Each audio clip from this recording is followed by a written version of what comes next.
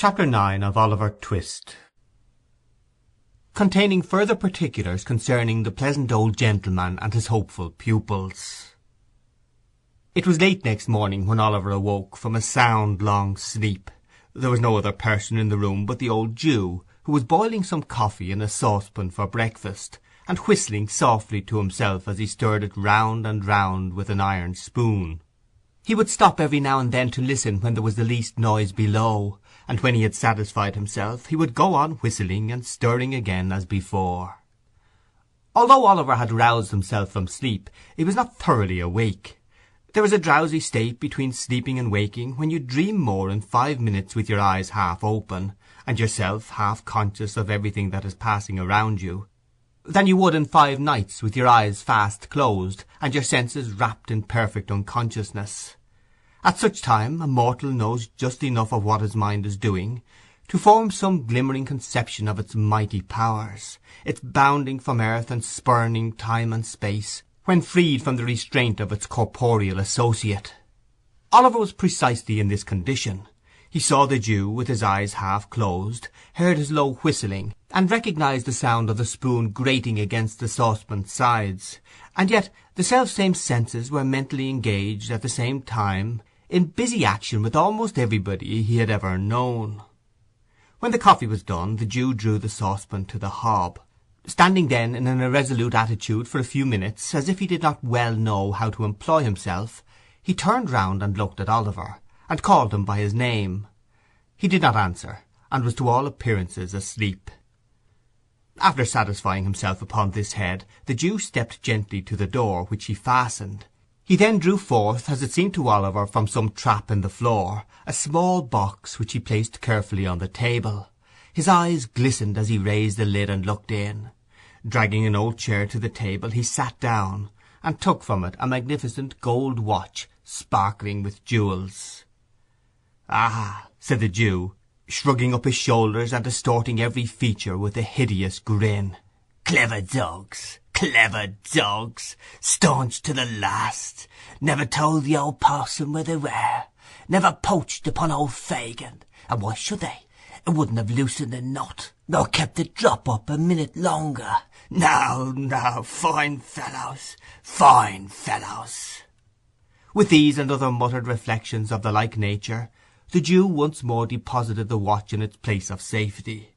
At least half a dozen more were severally drawn forth from the same box, and surveyed with equal pleasure, besides rings, brooches, bracelets, and other articles of jewellery, of such magnificent materials and costly workmanship that Oliver had no idea even of their names.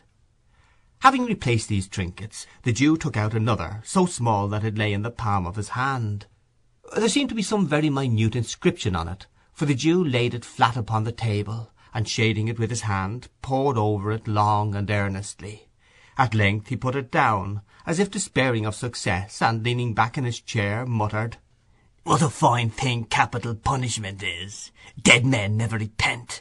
Dead men never bring awkward stories to light. Ah, it's a fine thing for the trade. 5 of 'em strung up in a row, and none left to play booty, or turn white-livered."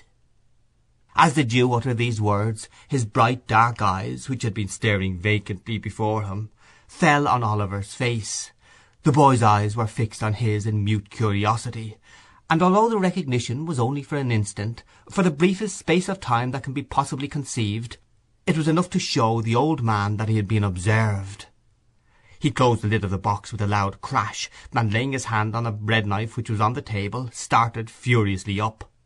He trembled very much, though, for even in his terror Oliver could see that the knife quivered in the air. "What's that?" said the Jew.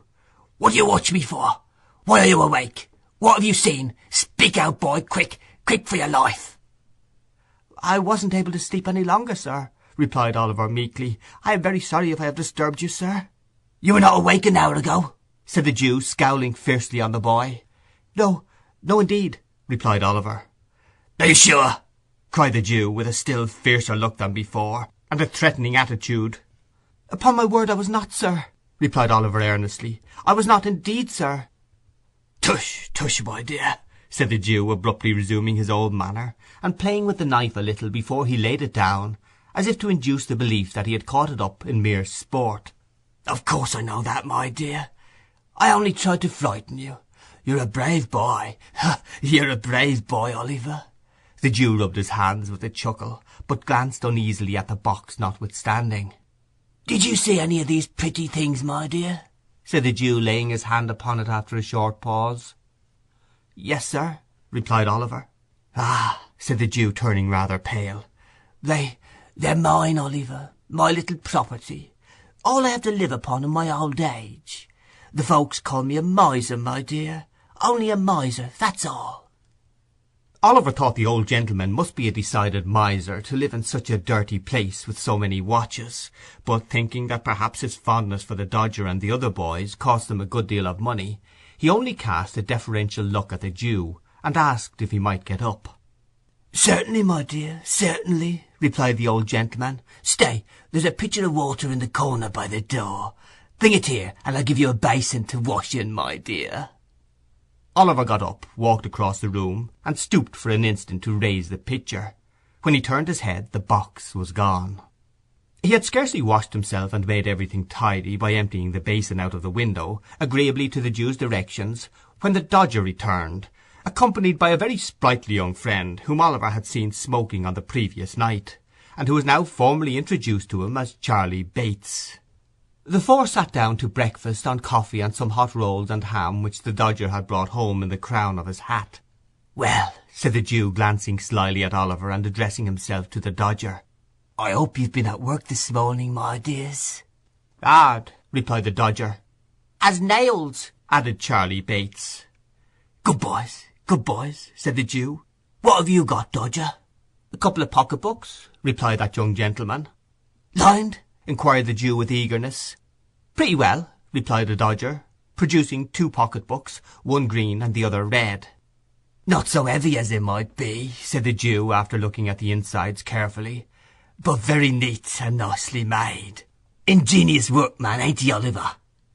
"Very, indeed, sir," said Oliver, at which Mr. Charley Bates laughed uproariously, very much to the amazement of Oliver, who saw nothing to laugh at in anything that had passed. "And what have you got, my dear?" said Fagin to Charley Bates. "Wipes," replied Master Bates, at the same time producing 4 pocket-handkerchiefs. "Well," said the Jew, inspecting them closely, "they're very good ones, very. You haven't marked them well, though, Charley, so the marks shall have to be picked out with a needle, and we teach Oliver how to do it. Shall us, Oliver, eh?" "If you please, sir," said Oliver. "You'd like to be able to make pocket-handkerchiefs as easy as Charley Bates, wouldn't you, my dear?" said the Jew. "Very much indeed, if you'll teach me, sir," replied Oliver. Master Bates now saw something so exquisitely ludicrous in this reply that he burst into another laugh, which laugh, meeting the coffee he was drinking and carrying it down some wrong channel, very nearly terminated in his premature suffocation. "He is so jolly green," said Charley when he recovered, as an apology to the company for his unpolite behaviour. The Dodger said nothing, but he smoothed Oliver's hair over his eyes and said he'd know better by and by, upon which the old gentleman, observing Oliver's colour mounting, changed the subject by asking whether there had been much of a crowd at the execution that morning. This made him wonder more and more, for it was plain from the replies of the 2 boys that they had both been there, and Oliver naturally wondered how they could possibly have found time to be so very industrious. When the breakfast was cleared away, the merry old gentleman and the 2 boys played at a very curious and uncommon game, which was performed in this way: the merry old gentleman placing a snuff-box in one pocket of his trousers, a note-case in the other, and a watch in his waistcoat pocket with a guard-chain round his neck, and sticking a mock diamond pin in his shirt, buttoned his coat tight round him, and putting his spectacle-case and handkerchief in his pockets, trotted up and down the room with a stick, in imitation of the manner in which old gentlemen walk about the streets any hour in the day. Sometimes he stopped at the fireplace, and sometimes at the door, making believe that he was staring with all his might into shop windows. At such times he would look constantly round him, for fear of thieves, and would keep slapping all his pockets in turn to see that he hadn't lost anything, in such a very funny and natural manner that Oliver laughed till the tears ran down his face. All this time the 2 boys followed him closely about, getting out of sight so nimbly every time he turned round that it was impossible to follow their motions. At last the Dodger trod upon his toes, or ran upon his boot accidentally, while Charley Bates stumbled up against him behind.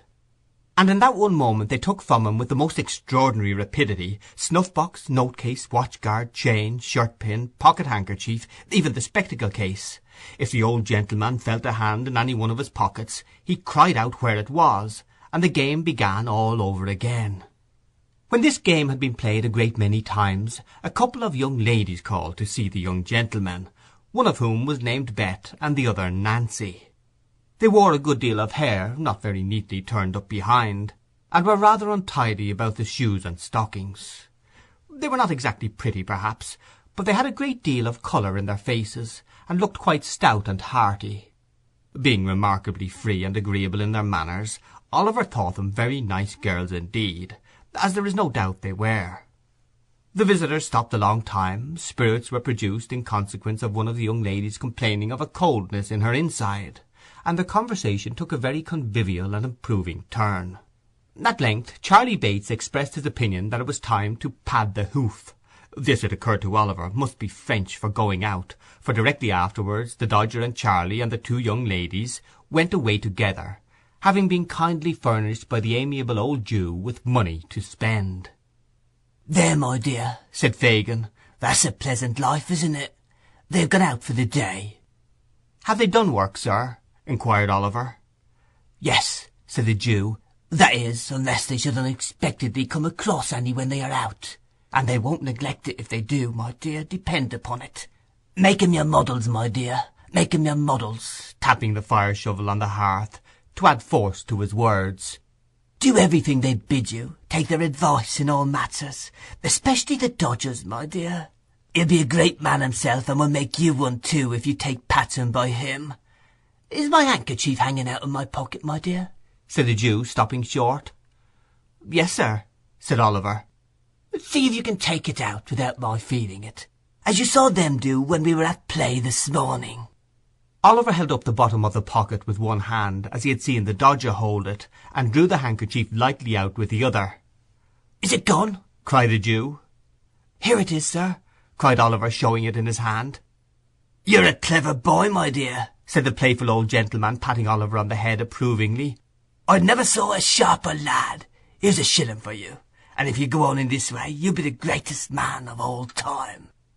And now come here, and I'll show you how to take the marks out of the handkerchiefs." Oliver wondered what picking the old gentleman's pocket in play had to do with his chances of being a great man, but thinking that the old Jew, being so much his senior, must know best, he followed him quietly to the table, and was soon deeply involved in his new study. End of chapter 9.